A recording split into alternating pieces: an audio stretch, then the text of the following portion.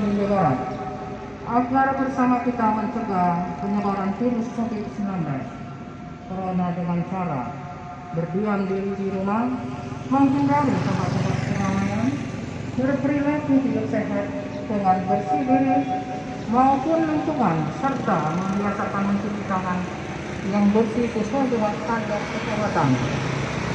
Selalu menjaga stamina, makan makanan bergizi, olahraga yang teratur, serta istirahat yang cukup guna memutuskan siklus penyebaran dan perkembangan virus COVID-19.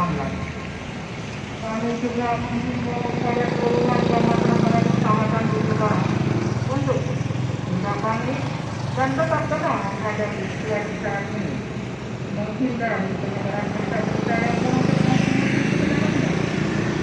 apabila ada gejala demam serta batuk, sakit tenggorokan dan sesak nafas, agar segera memakai masker dan mendatangi rumah sakit yang terdekat untuk pemeriksaan.